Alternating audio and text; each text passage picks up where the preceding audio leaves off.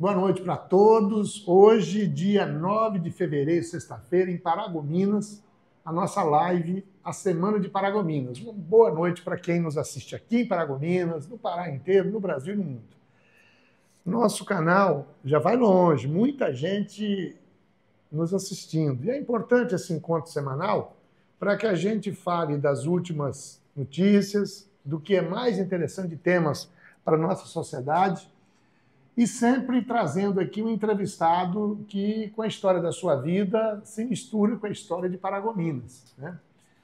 Abrindo a nossa live de hoje, eu queria inicialmente parabenizar a Ju-Paranã, ao Flávio, ao Zé Carminati, toda a equipe da Ju-Paranã, pelo dia de campo que aconteceu no último sábado, dia 3, lá na Fazenda Progresso, naquela estação experimental das cultivares de soja, onde a marca da Ju-Paranã é Semente Cultivar, né?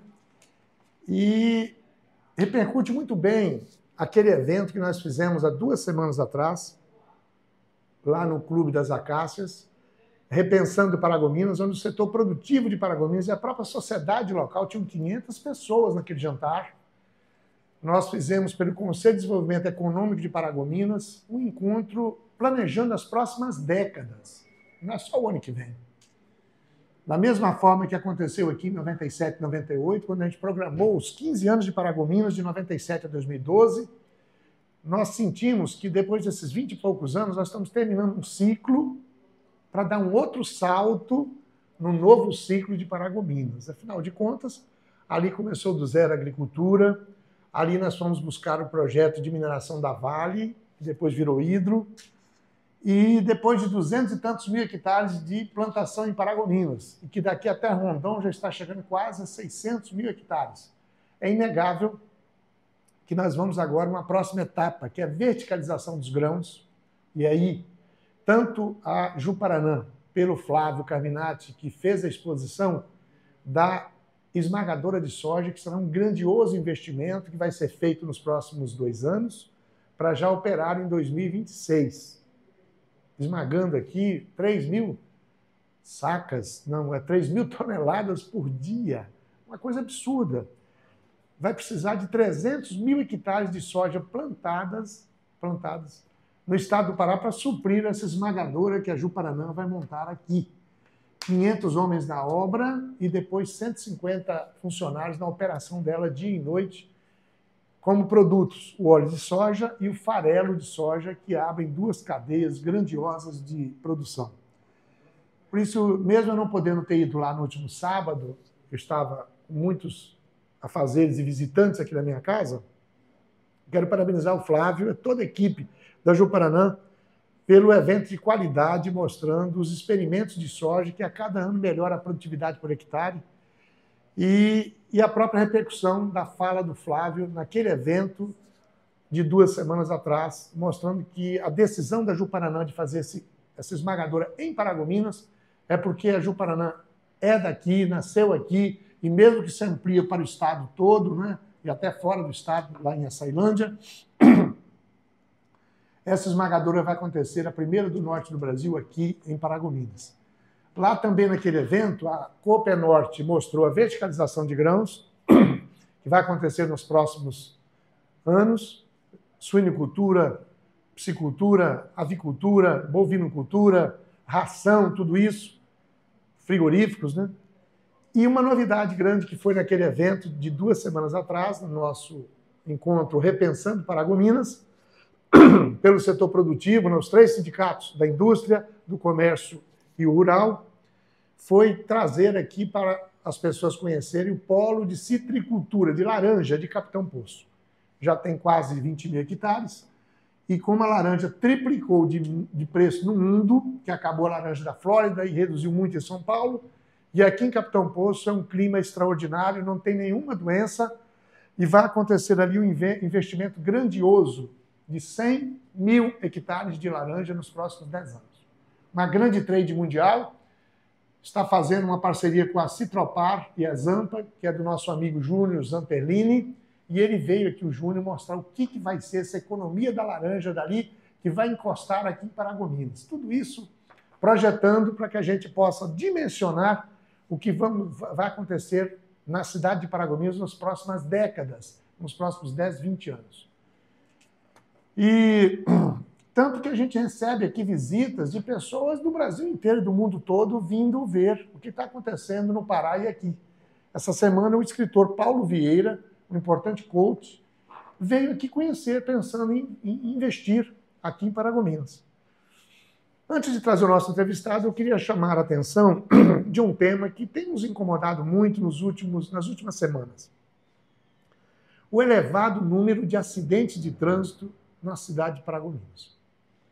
Semana passada, acho que em 2 dias, aconteceram 9 acidentes de trânsito em apenas 2 dias. Quando você abre a rede social, é uma motocicleta no Jardim Atlântico, é uma aqui na Praça Célio Miranda, é na PA, é ali e tal. Eu lembro aqui que em 1999, quando nós municipalizamos o trânsito no final do ano, morreram naquele ano em Paragominas 38 pessoas no trânsito. Em apenas um ano, em 99. Nós municipalizamos no finalzinho de 99. No primeiro ano, em 2000, caiu para 8 pessoas. De 38 para 8. No segundo ano, em 2001, morreram 6, meia dúzia. Depois, em 2002, 4 pessoas. Em 2003, 4 pessoas. Nós saímos de 38 mortes para 4. E tinha estatística, e tinha tudo isso trabalhado no rádio, televisão, campanhas, né? E foi bem o nosso trânsito, mesmo depois, quando eu saí da prefeitura em 2005, foi bem alguns anos. Mas de uns anos para cá, a coisa está largada e eu não sei nem se tem estatística de quantas pessoas morrem e quantas ficam mutiladas pelo trânsito de Paragominas. É triste falar nisso, porque nós já tínhamos uma conquista enorme, que era essa marca que Paragominas tinha de trânsito seguro, e não está mais tão seguro quanto era. Por isso que é uma grande tarefa para toda a sociedade de Paragominas rever e retomar. Aliás, lamentavelmente, não é só o trânsito que está largado. O parque ambiental está largado, o lago está largado, a educação está largada, a saúde está largada, as ruas esburacadas, largadas, quando que a nossa receita da prefeitura está batendo recorde, nunca se arrecadou tanto. É preciso que cada um de nós, como cidadão, tenha essa observação, essa crítica, para que a gente possa levar em conta, inclusive, no que vai acontecer no processo da eleição desse ano. Tudo isso tem que ser levado. Nós estamos melhorando ou nós estamos piorando? Né? Por isso que eu chamo a atenção aqui dos acidentes de trânsito nos últimos dias. Bem, como toda semana a gente recebe aqui um ilustre entrevistado, hoje a gente recebe aqui, com muito prazer, o Herbert. Prazer é meu. O Herbert Meisner Silva Gomes, 61 anos, nascido em Goiânia, que chegou aqui em Paragominas em 1973, 8 anos depois do município ter iniciado em 65. E em 73, o Herbert tinha 10 anos de idade. O Herbert é filho do Toninho da Constran, muito conhecido, e a dona Lázara. E aí, Herbert, como Paragominas tem gente do Brasil inteiro, tinha que ter também uns goianos aqui no meio, né? Como é que foi, então, essa vinda tua para cá com teu pai? Teu pai veio primeiro, veio sozinho, depois vocês vieram? Como é que foi isso? Conta um pouquinho. Quem foi que incentivou o teu pai a vir para cá? Enfim, conta um pouco dessa história, porque o Toninho, teu pai, né, por estar na tua presença, mas é um dos pioneiros muito importantes em tantas iniciativas que nós teremos aqui, qual fosse o tempo para dizer em que o Toninho ajudou essa cidade, porque poucas pessoas, muita gente cuida do seu, mas poucas pessoas se atentam para dar o seu tempo num clube de serviço, né, numa associação, na política, por exemplo. E o teu pai, para mim, é uma referência, né? Sempre foi no sindicato rural, na cooperativa, na prefeitura, em todos os movimentos que a sociedade de Paragominas tinha. E o Toninho da Constran, vivo ainda até hoje, felizmente. Sua mãe já faleceu, né, dona Lázara, né? Mas o Toninho tem uma história muito interessante aqui, ele com o Matheus, naquele início, lá da agricultura, né? A cooperativa, enfim. Mas conta um pouco, o que incentivou teu pai a vir para cá e trazer vocês? Veja bem, o meu pai, em Goiás, ele era agricultor. Era a atividade principal dele. Pecuária era uma atividade secundária. Só que naquela época, mesmo em Goiás, as coisas ainda eram muito complicadas, muito difíceis. Estudos climáticos, desenvolvimento de defensivos e fertilizantes, era tudo muito precário para nós naquela região. Porque Goiás ainda era um meio a ser explorado, né?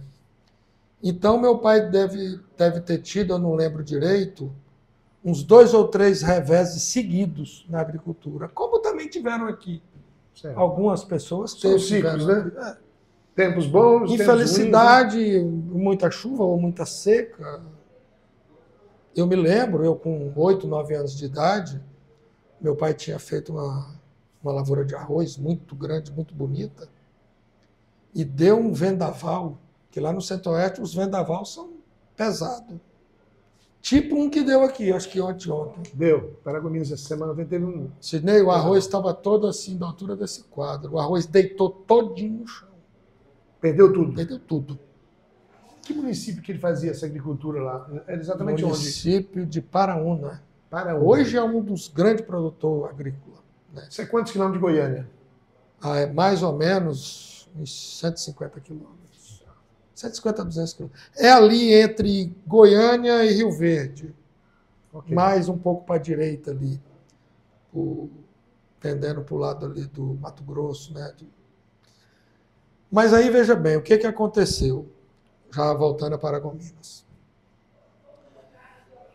Década de 60, início da década de 70, houve um movimento muito grande, principalmente no governo federal, de alguma das alas do governo e dos militares, de fazer a ocupação da Amazônia. Era o lema: integrar para não entregar. Exatamente. Para ocupar a Amazônia, estrategicamente, isso. Né? Exatamente. E isso foi encabeçada por algumas pessoas, né? Por coincidência, os fundadores da nossa cidade aqui meio que faziam parte de um movimento desse, de ocupação da Amazônia. Desde o Célio Miranda, né? Isso. Marechal Rondon, desbravando, fazendo Belém, Brasília, aquela coisa toda. Eu tinha, né, um tio, irmão da minha mãe, era uma pessoa muito bem sucedida. E ele porque queria ter uma terra na Amazônia. Como é que é o nome dele? Jairo Quintiliano. Jairo Quintiliano. Ele era dono da Umbela. Hoje eu não sei de quem é. Onde é essa Umbela? Era vizinha da Joaíma. Terra com terra com a Joaíma. Tá. Né? Naquela época, indo para Caipe aqui, né? Não. Naquela época, a única estrada era o Rio Uraim. Não existia estrada. O gado, bezerro, a gente levava de canoa, no remo. Porque nem motor de polpa também não tinha. E quando era gado errado, levava picadão no meio da mata. Era assim que transportava gado aqui. E meu tio adquiriu essa terra. E o meu pai é que vinha aqui, meio que veio aqui com ele, quando compraram a terra, aquela coisa. E naquele fracasso, vamos chamar assim, dos negócios lá em Goiás, o que meu pai resolveu? Ele vendeu a terra lá e comprou aqui, a Paraúna. Também hoje eu não sei de quem é. A Paraúna, se eu não me engano, eu não sei se o pessoal do Onildo ainda tem a terra ali embaixo. Do Onildo. Se ele ainda tem a terra ali embaixo. Lá embaixo, na Água Suja, né? Por ali. Tem ali o Nereides ali? Nereides, na Água Suja. Ali. A nossa era do outro lado do rio. Tá. Muito bem.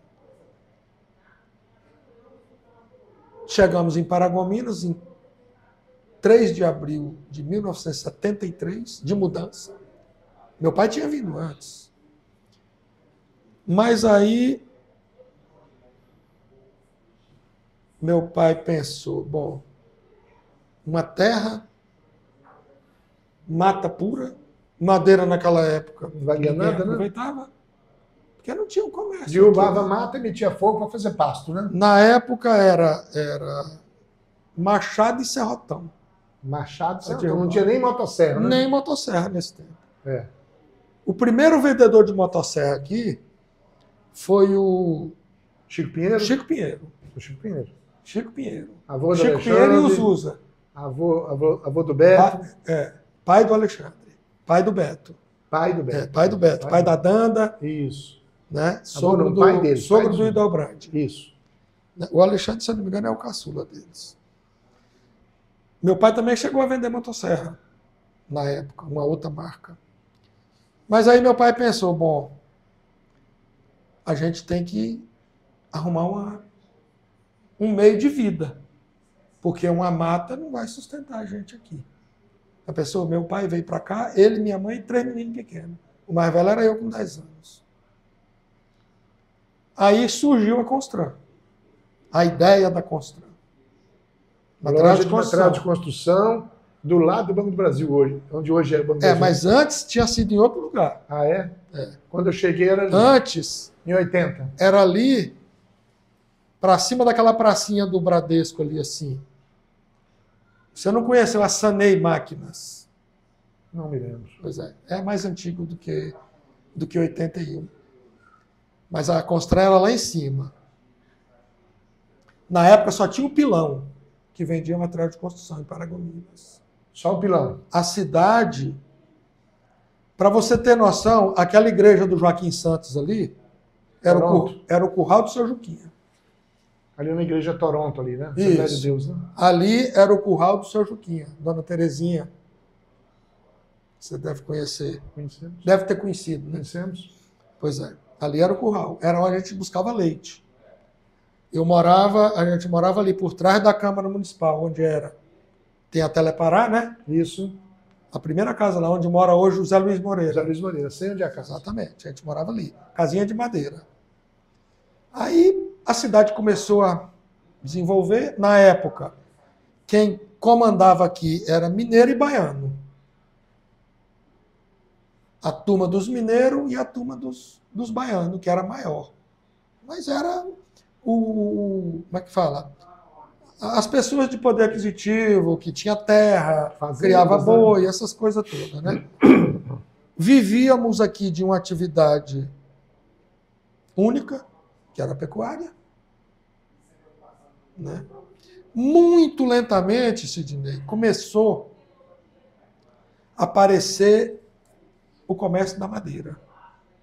Que já foi 75, 78, né? Bem mais para lá, bem mais 77, por aí. 6, 7. Jair Barroso, não sei se você conheceu. Lembro de Jair Barroso. Tinha um pica-pau. Isso. E tinha um outro pica-pau ali, onde hoje é da Embrapa, se eu não me engano, Emater, aqui, perto da rodovia dos Pioneiros. Sim, quem vai para o campo de avião. Exatamente. Ali tinha um pica-pau. E tinha o pica-pau ali do Jair Barroso. E aí depois começou a expandir a indústria madeireira. Fazolo botou uma serraria, a primeira, né? Antes do Fazolo teve outros. Teve um Paulo, não sei de quê, irmão do Naô de Lima. Isso, Paulo. A serraria Pica-Pau, que era do Naô de Lima. Paulo Lima. Veio o Fazolo, depois teve. E aí começou. Aí desandou mesmo. Os capixabas. Começou. Aí veio os capixaba, do Acácio, Chicão, Cirilo, aquela turma. Cirilo. Isso. Aconteceu aquela tragédia com um deles lá, né? Acho que foi o Cirilo. Cirilo, morreu no acidente. Pai de Cirilo. Tragédia lá do acidente. 83 do tiro, aqui. Né? Por aí. Pois é. Mas. E a Constran? Paragominas. Vocês começaram quando? Vou chegar lá. Aí Paragominas, com essa história de madeira, aí realmente ela começou a se tornar conhecida. Antes era como é que eu vou falar para ti? Uma fama local, regional, capital do boi gordo. Por causa da pecuária que era pujante, né? A pecuária era a atividade praticamente única. E outra, as pessoas que se envolveram trabalharam muito para o crescimento tanto dessa atividade como dessa festa que a gente tem aí até hoje. Desvirtuou um pouco. Agropec. No meio do caminho, desvirtuou. Não é só pecuária mais. E acho que todo mundo tem consciência disso. Né? Claro. A mudança da economia, né? Vai mudando. Meu pai sentiu a necessidade de... Surgiu a oportunidade, na verdade, dele comprar aquela área ali, onde hoje é o banco, por um preço muito bom. E foi uma época que Paragominas estava crescendo demais. O que deu esse impulso? O Fausto Fernandes, tem muita gente que diz que ele era meio doido, né? Mas ele fez uma coisa que eu achei... Visionário, né? Visionário. Quando ele comprou a área do Valtim Carvalho... Cidade nova ali, né? E fez aquela cidade nova. Exatamente. E deu terra para os outros. Exatamente. Né? E para muito carente que chegava atrás de uma oportunidade e tudo, até material para erguer 4 pau e cobrir, ele deu. Ajudou, né? Ele ajudou. Isso fez um crescimento grande da cidade. Obviamente que essa mão de obra toda absorvida pela indústria madeireira que estava ali se instalando. Isso. Não é verdade? Então isso foi desenvolvendo. Meu pai comprou aquela área. Aquela área meu pai comprou, acho que em 82, eu não lembro direito. Foi por aí. Eu não lembro. Montou a Constran. Realmente montou a Constran, onde é o Banco do Brasil. Depois, ele ainda comprou o fundo aqui, para fazer depósito, essas coisas tudo. Que realmente a cidade estava crescendo muito. Eu não sei até hoje, eu me pergunto, o que fez o meu pai desanimar do comércio. Eu não entendo. Era um período de crescimento, né? Eu acho que teve um período de recessão grande aí, e eu acho que ele imaginou que aquele negócio ia... Não sei. Mas eu lembro dele falar, as coisas estão difíceis, está difícil, estamos fazendo mal para pagar as contas. Mas é outro negócio, ele resolveu vender e mexer só com boi e fazenda. E assim ficou. Até quando ele vendeu a Morro Alto. Nesse meio tempo, a grande vontade do meu pai era ser agricultor. A verdade é essa. Tanto que em 1979, quando ele começou a destocar a Bosque, todo mundo dizia que ele era doido. Mateus, finado Samuel, finado Mateus também, né? E finado Samuel. Exatamente. Dizia que meu pai era doido. Você tá louco? Arrancar toco, catar raiz de terra para quê? Ele dizia, mas tem que ser assim. Senão não funciona. Tem que ser desse jeito. E fez a primeira roça de milho, não foi? Fez. Eu lembro disso. Uma dificuldade grande. O clima naquela época era muito diferente. A infestação era quase que incontrolável. A gente não tinha esses defensivos que tem hoje aqui, já adaptados à nossa região. Não tinha correção de solo, né? Semente desenvolvida. Não, até que tinha, isso aí tinha. Essa não tinha semente para aqui, né? Hoje as sementes são tudo apropriadas. A Amazônia é uma coisa, o Mato Grosso lá embaixo é outra, Goiás muda tudo, né? Então os caras desenvolvem ali a genética do trem, né? Para funcionar. E o outro problema grande, a colheita. No inverno, né? Muita chuva. Teve ano, Sidney, o milho nascia na espiga, no pé. Não estiava para poder colher. Não tinha sido secador. Hoje não, né? Hoje é tranquilo. Colhe molhado, seca no secador. Eu cansei, né, de ir lá para frente daquela fábrica de ração em Santa Isabel, implorar para o cara receber a nossa carga de milho. Porque ele dizia que estava fora da unidade. Se voltasse para trás, podia jogar para os porcos. Podia arrumar porco para comer milho. Então, essas dificuldades também fez meu pai desistir naquela época da agricultura. Depois, eu não sei por que ele não animou mais, as dificuldades também financeiras e tudo, né? Mas, basicamente, Mas foi a primeira isso. agricultura mecanizada de Paragominas. Né? Foi. Eu acho que do Pará foi a... Eu acho do Pará, verdade. Foi do Pará. A primeira agricultura Eu cheguei a ver mecanizada. 81, 82, né? Eu me lembro, Everton, que em 81, quando eu cheguei aqui, eu acabei convidado por um amigo comum, que era o seu Nildo Guzmão, e a dona Dora. Eu cheguei na casa deles um dia, não tinha nem automóvel, tinha só um caminhãozinho Mercedinho, que eu vinha do 12 aqui comprar cimento, essas coisas, para montar a serraria. Estava montando ainda devagar. E ele me convidou que eu viesse no sábado para ir almoçar com eles num churrasco de um rapaz que tinha passado no vestibular, filho de um grande amigo dele. E eu falei, não, senhor Nildo, eu não venho não conheço ninguém, eu cheguei aqui agora. Não, moço, vem aqui em casa, me apanha, você é meu convidado, eu sou amigo do meu amigo lá que vai te receber. E nós fomos no churrasco do teu vestibular que você passou em janeiro de 81. Exatamente. Né? Aí agora... Eu me lembro disso claramente. Chegamos lá, estacionamos o carro no pasto, lá, e muita gente, não sei quantas vacas. O seu pai fez um churrasco lá, bacana, uma festa linda, que eu não esqueço, que foi quando você passou no vestibular. Interessante a gente estar falando isso aqui hoje e eu ter essa graça de te ter entrevistado aqui para lembrar da tua vida e da nossa vida. Isso já foi quando eu te conheci. Já vão 43 anos, né?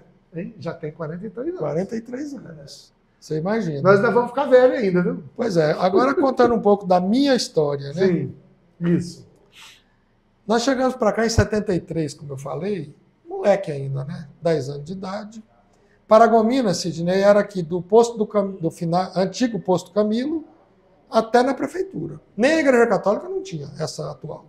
A Igreja Católica era aqui onde hoje é a Constru Norte, na praça. Isso era Paragominas. E aqui ia lá de onde é hoje o Hospital Municipal, era a fazenda do seu Amilcar.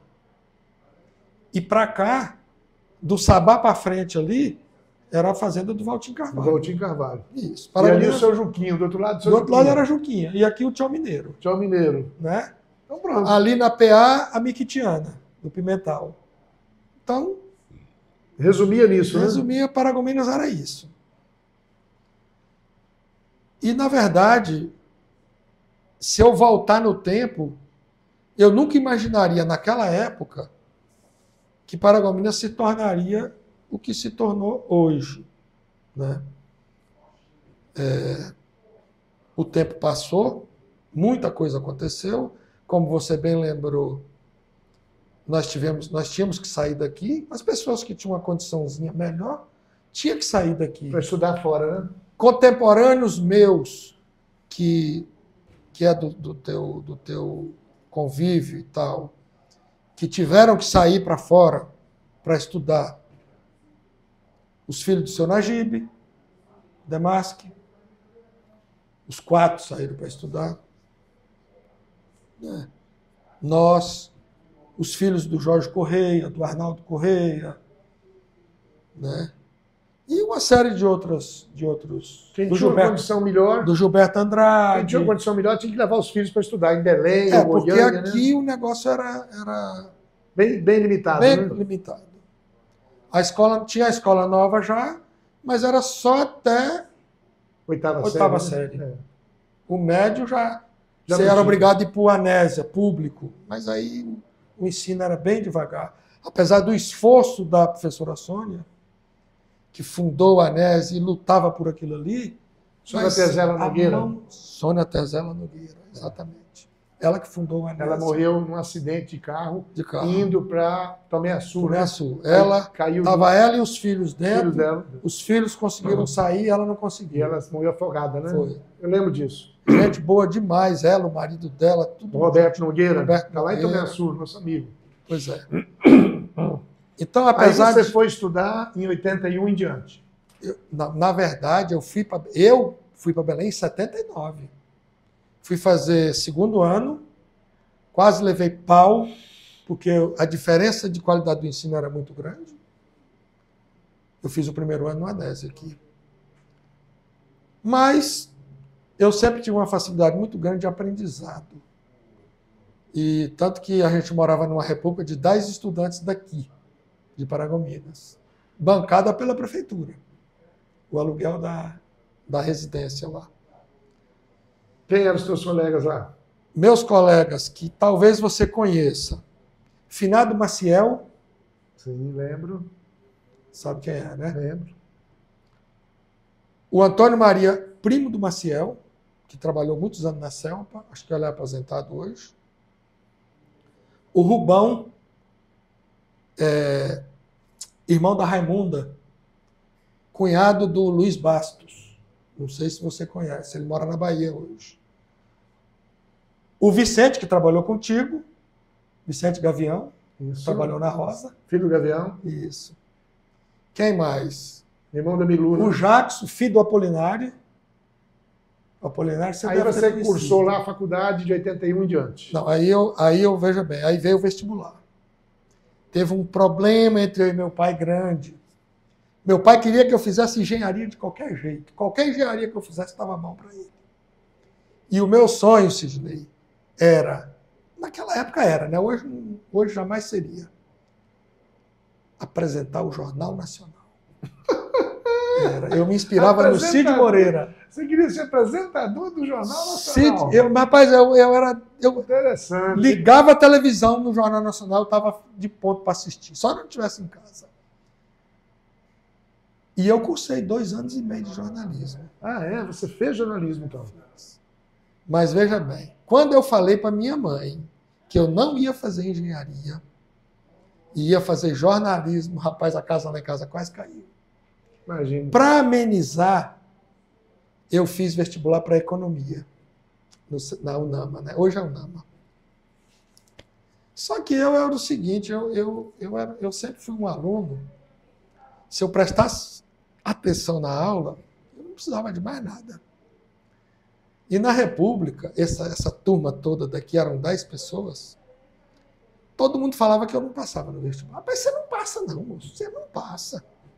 Se nem a minha vida, eu não tenho vergonha de falar, porque foi a minha vida. A minha vida era namorar e jogar bola, quando eu estava em Belém. Mas não faltava aula e prestava atenção. Resultado disso, fiz os 2 vestibulares, passei em todos os 2. E aí foi uma festa, né? Que bacana.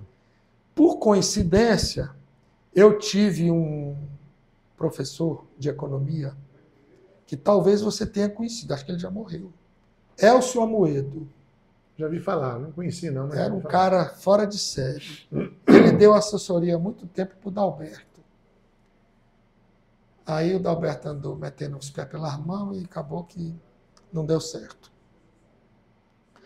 Mas você se formou em que mesmo, Herbert?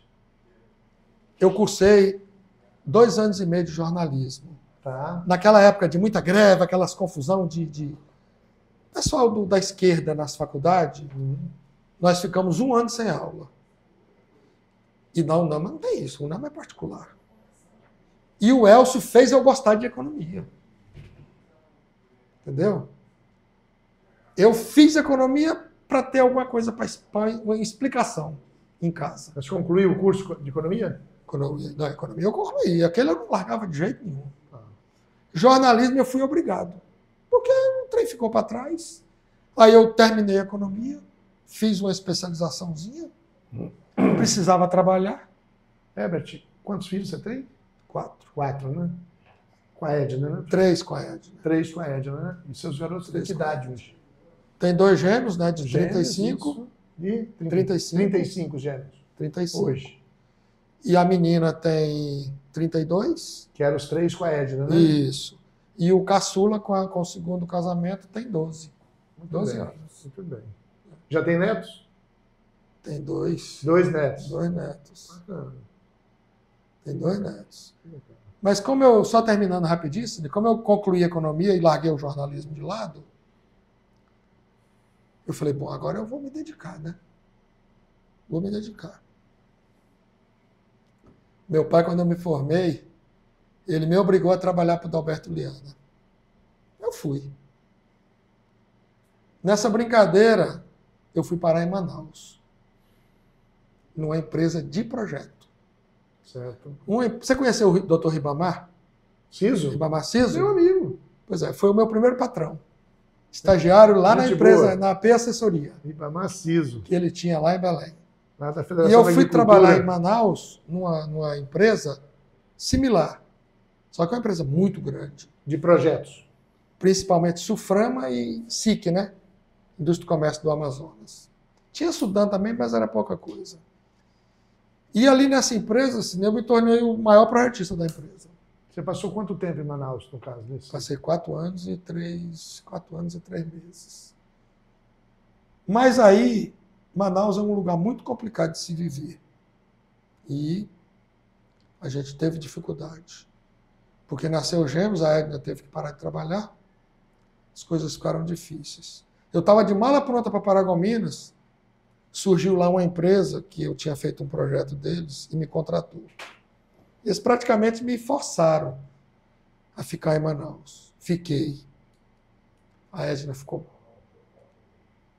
Não gostou, mas ficou. Só que eu acho que a saudade aqui de Paragominas bateu, porque nada me segurou em Manaus. Eu nunca fui ligado a dinheiro, posição social, essas coisas. Eu gosto de estar tranquilo e satisfeito com aquilo que eu estou fazendo. Eu tinha uma posição muito boa na CISPER, né? E eles tinham projetos de futuro para mim. Só que eu falei, como a gente está conversando aqui, eu falei, no dia que eu pedi demissão, eu falei para o diretor, falei, Natal, se eu ficar na CISPER, eu acho também, ele me falando, né, daqui a pouco você é diretor, eu digo, que seja. Mas se eu ficar na CISPER, eu vou morrer cedo. A CISPER não é para mim.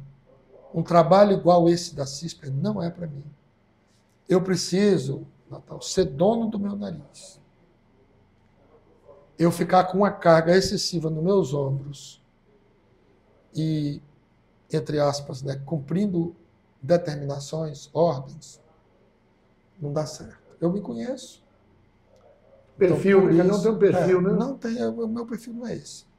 Né? Eu sou muito diferente de muita gente que arruma um emprego, fica ali naquele lugar, 30 anos, aposenta e ali, né? Passando aperto, virando a peste, se virando nos 30, como diz o Faustão, mas eu gosto de ser dono do meu nariz. Né? Voltei para Paragominas. Por que eu voltei? Esse é um dos motivos, que eu queria ser dono do meu nariz.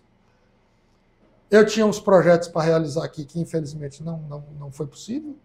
Né? Eu acho que muita gente tem projetos que não consegue realizar, mas eu ainda persevero, eu ainda luto. Já eu recebi outras propostas para sair daqui.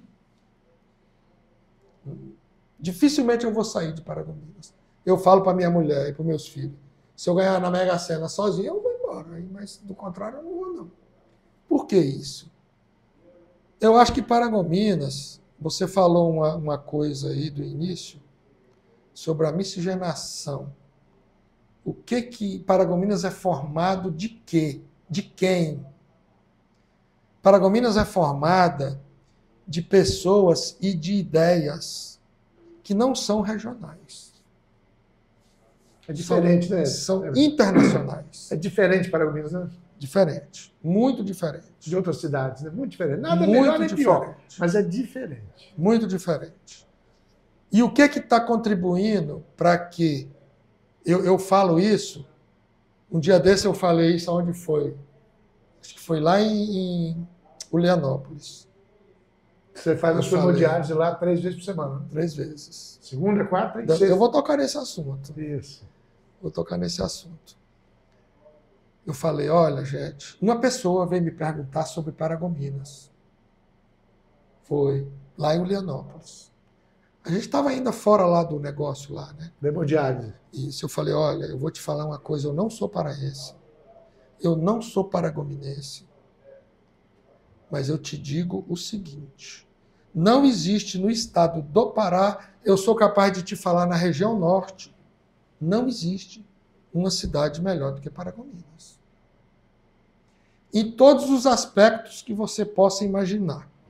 Você pode vir dizer para mim, mas e a saúde? A saúde no Pará quase toda é só se você tiver muita grana para ter uma boa saúde. A educação, comparado com outros locais, eu acho que nós estamos razoavelmente bem. Ao saneamento básico, eu digo, vamos lá em São Paulo para me te mostrar os problemas de saneamento básico. Eu passei um mês agora em São Paulo e eu fiquei de boca aberta. Mas o que faz Paragominas, na minha opinião, ser essa joia do estado do Pará? Você lembra que eu falei que quando eu cheguei no Pará, em Paragominas principalmente, nós tínhamos uma atividade econômica? Pecuária. Só. E nada mais. Depois, pecuária e madeira. Só comérciozinho local, aquelas merceariazinha que é esse negócio. Bom, hoje o que nós temos? Diversificada a economia, né? Uma pecuária ainda diminuída. Mais forte. Diminuída, mas está por aí. Uhum. Porque nós temos ainda muitas áreas de pecuária, que não é área de grão. Agora mesmo eu passei um fim de semana na fazendinha do amigo nosso aqui, no Água Suja, a terra dele é um baixão só. Lá o capim é verde o ano todo. Por ser baixão, uma terra mais fértil, no pé dos morros, né? Isso a gente sabe, estudou lá em geografia, isso, em geologia, que toda terra em pé de morro é mais fértil. E lá chove mais do que para cá. Ali, aquela região ali do... Isso. Influência do Gurupi, daquela região ali, né? Então nós temos ainda uma pecuária, né? Mas aliada à pecuária, nós temos mais aí umas 3 ou 4 atividades. Umas já superaram e outras devem superar a pecuária. Nós temos a indústria madeireira, que nisso aí eu incluo o reflorestamento, porque faz parte, é madeira. E mantém, né? É madeira, né? Nós temos uma mineração que, se não se compara com Paraopebas, mas é uma grande fonte de renda. 3 mil empregos diretos aqui. E outra coisa, eu não sei se as notícias, o que a gente escuta daqui e dali, se tem fundo de verdade, desse lado de cada Belém Brasília tem mais um mundaréu de coisa aí para ser explorada. A maior província mineral de bauxita do Brasil são os subsolos de Rondon do Pará, Paragominas. Pois é, exatamente. Tudo que é platô aqui plano, embaixo é um depósito de bauxita metalúrgica. Exatamente. Então nós temos a pecuária, nós temos uma indústria madeireira, a extrativa capengando, fim de ciclo. Isso. Mas temos uma indústria de reflorestamento que está, né? Está crescendo e tem tendência de crescer mais, como cresceu em Minas, no Espírito Santo, e por aí vai. É o ciclo natural, né? Isso.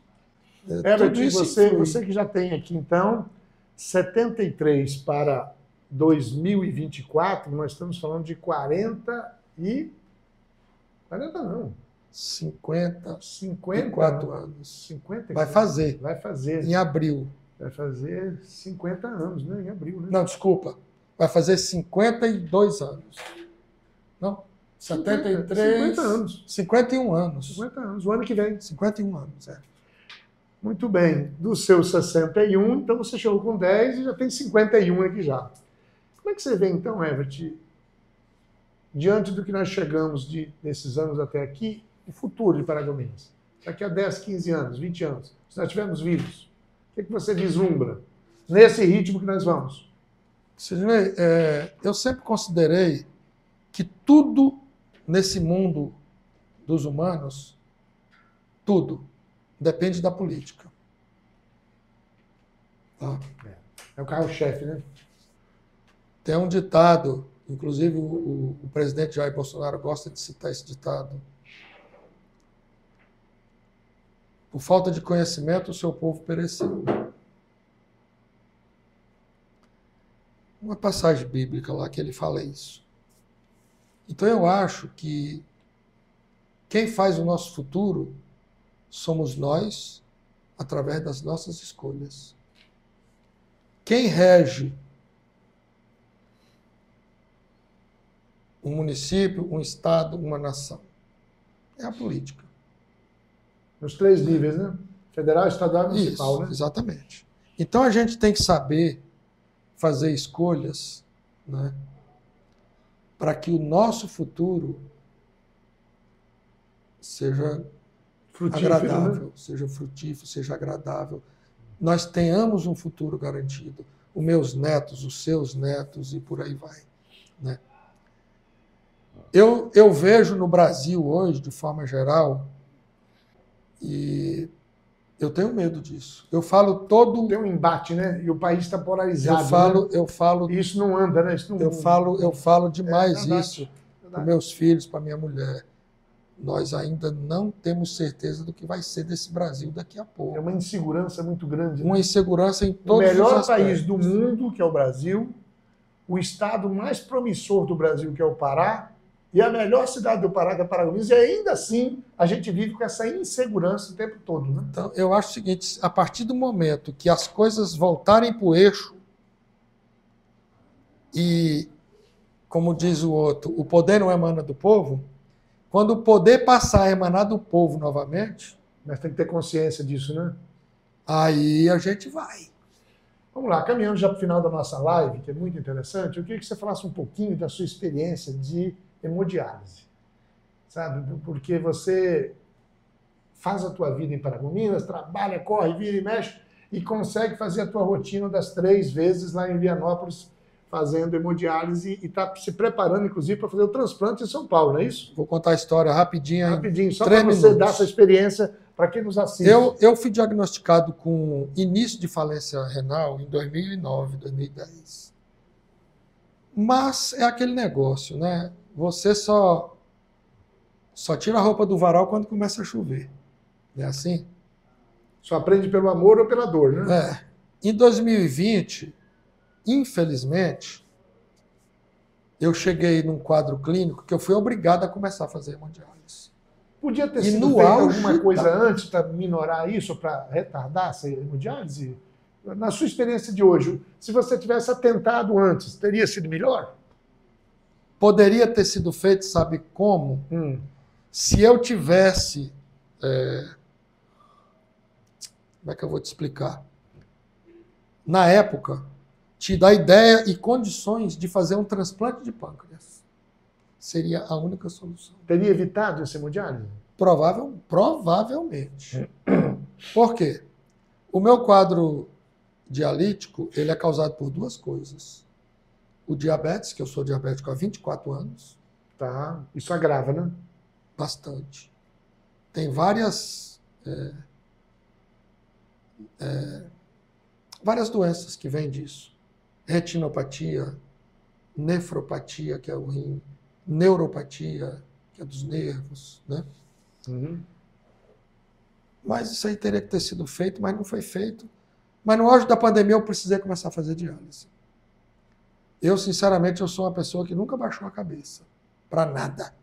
Não baixei a cabeça. Mas em 2020 eu fiquei desesperado. Cancelei todos os meus contratos de prefeitura, de licitação, porque eu sabia que poderia ser difícil eu honrar. Pedi o cancelamento, expliquei o motivo. Eu fiquei uns 8 meses, Sidney, de crista baixa, igual o galo tucado na rinha. O cara fica para baixo mesmo, né? Um belo dia eu conheci um senhor lá, cego, aleijado de uma perna, a perna cortada bem aqui. É o cara mais alegre que tem dentro daquela hemodiálise. Eu conheci esse cara. Ele passou no nosso turno, não sei como é que foi. Aí eu fiquei pensando, rapaz, meu Deus do céu. Tem as 2 pernas. Essa pessoa não anda, não enxerga. A mulher traz ele na cadeira de roda e ele vem alegre e satisfeito. E eu estou aqui de cabeça baixa. Já tinha demitido a maioria dos meus funcionários. pensando em parar com tudo. Falei, quer saber de uma coisa? Eu vou tocar o barco. E aí eu botei a faca nos dentes de novo e toquei. E mais uma última coisa que eu gostaria de falar, né, eu acho, como é que eu vou falar? Uma falha. Uma falha. Paragominas não ter um trabalho desses. Por 2 motivos. Banco de hemodiálise, né? Por 2 motivos. Tem que ter. Por 2 motivos. Primeiro, é muita gente, Sidney. Que precisa, né? Muita gente. O número é crescente. Falência renal não é só igual ao meu caso, não. Tem N motivos. Nós vamos instalar. E a outra, pode ter certeza que nós vamos ter. E a outro motivo, Sidney, isso dá um dispêndio para o erário municipal absurdo. E a viagem, o risco de vida que vai. Não, o risco isso de aí, vida que vem. Isso aí é... Eu estou falando assim, em relação ao poder público. O que é que ele pode fazer? Além de dar o conforto de ter o hemodiálise aqui. O valor que se economiza no tratamento e nas viagens dessas pessoas. E saúde, né? Paga uma clínica dessa e sobra. Mas nós vamos atrás disso. Quando é que você vai fazer o transplante? Como é que você está esperando isso? Bom, eu entrei na fila dia 27 de julho, em São Paulo. Tá. Porque no Ofiloelo não consegui. Tá. E qual a sua chance? E eu estou esperando. Olha, o pessoal lá me falou o seguinte: de 3 em 3 meses eu tenho que ir ao Hemopa, em Belém, fazer a coleta de material para o negócio da genética lá, né? Os exames de genética. Porque o doador tem que ter compatível contigo, né? Eu tenho que manter o meu atualizado lá. Porque quando surgir um, eles vão comparar com o que tiver lá. E entre 6 meses e 1 ano. Eu vou entrar 6 meses na fila agora, dia 27 de fevereiro. Mas a qualquer momento pode estar te chamando, né? Qualquer hora. Nós podemos estar aqui, meu telefone pode ter tocado aqui, eu botei no silencioso. Você tem quantas horas para chegar em São Paulo para receber um? Entre 12 e 24 horas. Tem que dar meu jeito. Vai dar certo. Até esses prazer dias... te receber aqui, saber a tua história de vida, do teu pai, do Toninho. E o teu exemplo de perseverança agora na reação tua da hemodiálise, né? Porque eu imagino que você não passou esses meses aí, fica para baixo, e depois esse moço lá com a perna cortada, cego, feliz da vida, recebendo a hemodiálise dele. Né? Pois não é?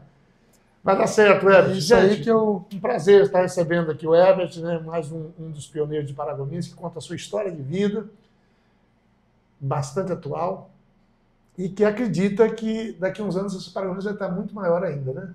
Com certeza. A gente depende só da política, de mais nada. Da boa política, hein, Sidney? Um bom final de semana para todos aí, um bom carnaval, cuidado com os excessos de carnaval, para que a semana que vem nós estejamos juntos aqui novamente. Um abraço a todos. Tá, um abraço. Fique com Deus. Bom final de semana.